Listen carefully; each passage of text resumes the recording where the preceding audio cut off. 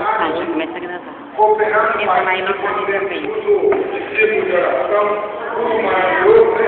Que é um culto de oração, esse culto Tá no meio, não, né? Já usamos o um culto. pouco aí, estamos subindo um pouco na igreja por motivo de trabalho, né?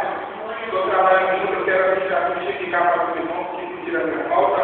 Eu estive aí trabalhando no serviço e estava muito compromissado lá, trabalhando 5 dias, me cobrando e não tive assim, oportunidade, privilégio para estar em meio a hoje aqui, cooperando com todos vocês, aí no de oração.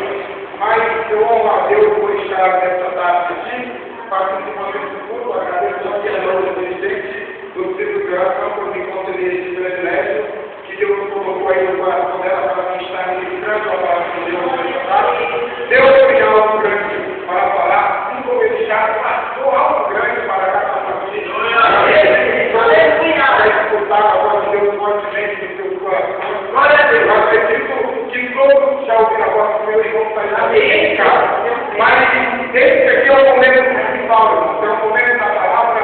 E a Deus está muito para falar conosco. Aleluia! Vamos aqui deixar de perder tempo, abrir a vossa Bíblia no livro do profeta Isaías. Livro do profeta Isaías, capítulo 55, que fica aí no Antigo Testamento, próximo de Jeremias, próximo aí do profeta maior. Isaías, capítulo 55, quantos acharam a Bíblia? Amém? Amém! Glória a Deus. Então, acompanhe comigo aqui alguns versículos que diz assim. Isaías, capítulo 55, versículo 8 diz: pois os meus pensamentos não são os vossos pensamentos, nem os vossos caminhos são os meus caminhos, diz o Senhor. Assim como os céus são mais altos que a terra, assim são os meus caminhos mais altos do que os vossos caminhos, e os meus pensamentos são mais altos do que os vossos pensamentos. Diz assim o versículo de número 11, versículo de número 12. Porém, essa igreja dos pais celestiais, os montes e os outeiros exclamarão em prazer perante a vossa face, e todas as árvores do campo baterão palmas. Para adiante desse texto, abra a sua Bíblia aí, um pouquinho também em 1 Coríntios, capítulo 12, e o versículo de número 13. Vamos fazer aí um exercício bíblico agora. 1 Coríntios, capítulo 12, versículo 13. Quantos acharam que amém? Amém. Você que não achou, vamos esperar mais um pouquinho para que todos nós concluir aqui a escritura.